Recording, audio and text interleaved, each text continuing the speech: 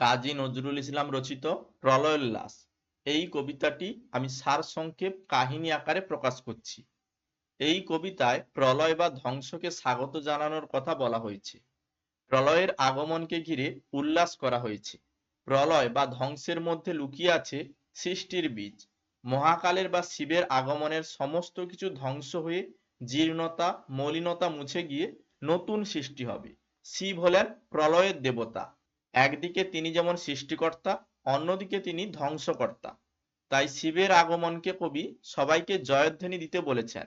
তিনি আসছেন কালবৈশাখী ঝড়ের রূপ ধরে সামাজিক অসঙ্গতি, পরাধীনতা এবং সর্বব্যাপী অন্যায় অবিচারের অবসান ঘটিয়ে নটরাজ শিব আমাদেরকে মুক্ত করবেন।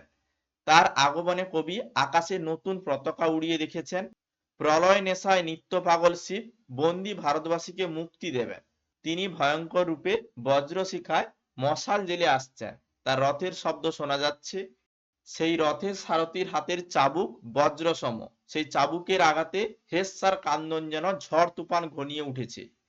তার ক্ষুরের দাপটে উল্কা ছুটছে। প্রলয়রূপী শিবের জয়ধ্বনি দিয়ে তার আগমনকে স্বাগত জানাতে হবে। কবি জানিয়েছেন, ধ্বংস দেখে ভয় পেলে চলবে না, কারণ এই ধ্বংসের মধ্যেই লুকিয়ে আছে সৃষ্টির আনন্দ। এই ধ্বংসের অসুন্দরের বিনাশ ঘটবে, নতুনের সৃষ্টি হবে।